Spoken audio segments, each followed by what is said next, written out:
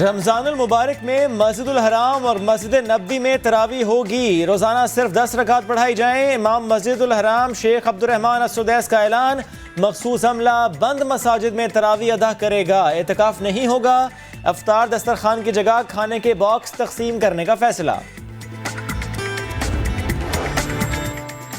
Ordinance کے ذریعے ذخیرہ اندوزوں کو سزا دی جائے گی، 3 سال قید، ضبط شدہ مال کا 50% جرمانہ ہوگا۔ معاون خصوصی ڈاکٹر فردوس عاشق آوان کا ٹویٹ، ذخیرہ اندوزوں کی نشاندہی کے لیے عوام سے اپیل کر دی، لکھا نشاندہی پر ضبط شدہ مال کا 10% انعام ملے گا۔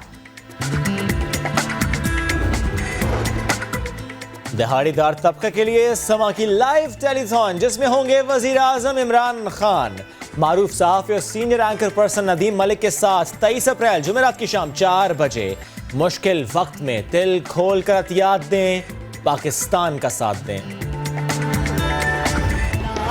اور اپنی آواز سے لفظوں میں روح پھونکنے والی اقبال بانو کو ہم سے بچھڑے 11 برس بیت گئے۔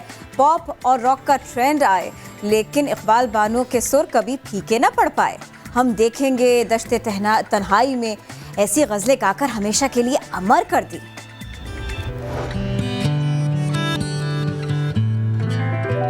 کا سرکاری باردانہ نجی گودام سے برآمد، خیرپور میں محکمہ خوراک کا ایکشن۔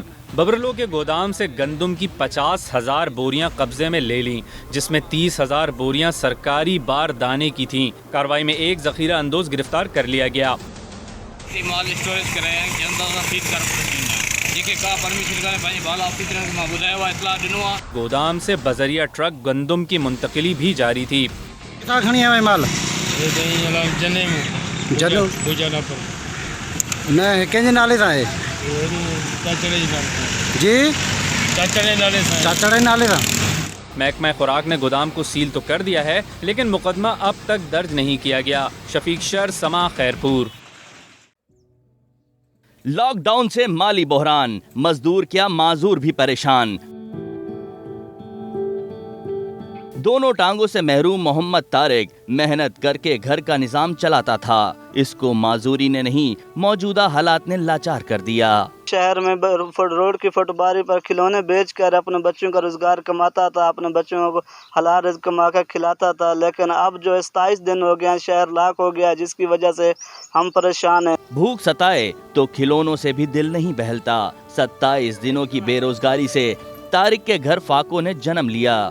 بچے اتنا بھوکے ہیں جس کی وجہ سے بس کیا کریں، چھوٹے چھوٹے بچے ہیں وہ روتے ہیں، وہ تو کھانا مانگتے ہیں، ایک ٹائم پکاتے ہیں تو 2 ٹائم کھاتے ہیں تھوڑا تھوڑا کر کے۔ ہزاروں دہاڑی دار مزدوروں کی طرح محمد طارق کا کہنا ہے کہ حکومت اگر مدد نہیں کر سکتی تو لاک ڈاؤن ہی ختم کر دے تاکہ وہ روزگار کما کر اپنے بچوں کا پیٹ پال سکے۔ الیاس گبول، سما، راجن پور۔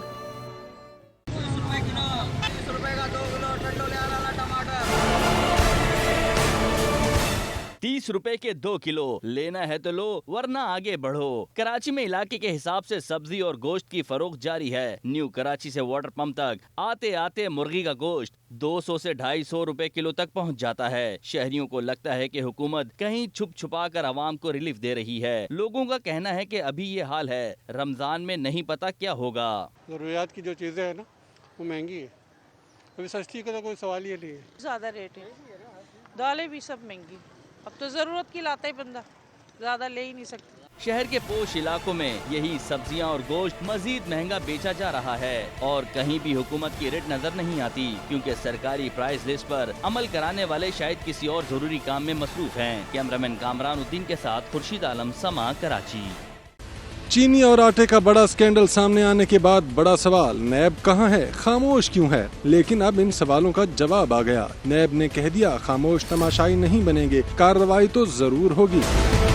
نیب ذرائع کے مطابق آٹا اور چینی بحران پرائم میگا سکینڈل ہے جس کے تمام قانونی پہلوؤں پر غور جاری ہے۔ انکوائری رپورٹ سمیت تمام ریکارڈ کا جائزہ لیا جا رہا ہے۔ اربوں روپے کی مبینہ ڈکیتی پر آنکھیں بند نہیں کی جائیں گی۔ حتمی رپورٹ سامنے آنے کے بعد تفتیشی ٹیمیں تشکیل دے کر باضابطہ کارروائی کا آغاز کیا جائے گا۔